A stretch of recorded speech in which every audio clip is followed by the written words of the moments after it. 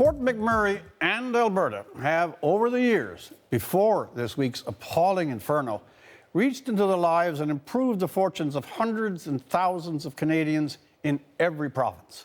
That deserves underlining at this moment. I'll be personal for a second.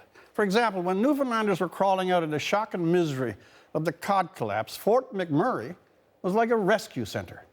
Newfoundlanders in droves left house and home and went west. And as was the Albertan Fort Mac way, when people are hurting, all are welcome.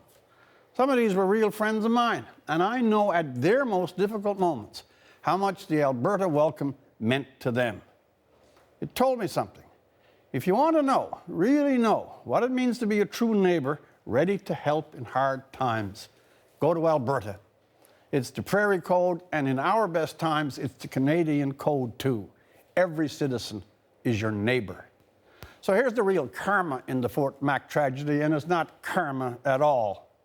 Albertans were good to all of us back then. Let us be good and better to them now. There can be nothing higher or more immediate on our national agenda as citizens or government than generating a perfect storm of goodwill and assistance for the people of Fort McMurray as they shoulder the multiple burdens, personal, economic, and psychological, of this woeful calamity.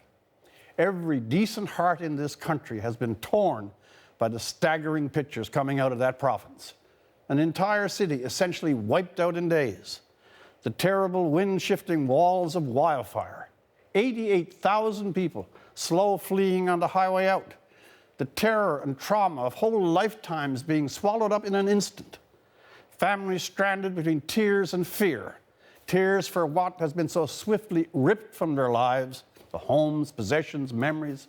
Fear in the immediate moment of evacuation for life itself. I hesitate to say this because of the scale of the tragedy, but what commands even more awe are the smaller stories. The guys and gals with pickup trucks driving up and down the convoy with gas for stranded vehicles or food, water, words of comfort. The great sad face and greater character of the fire chief of Fort McMurray, Darby Allen. The young mother with her children in the grim cavalcade. She's weary, worried, but still so self-possessed. And another giving birth in a shelter.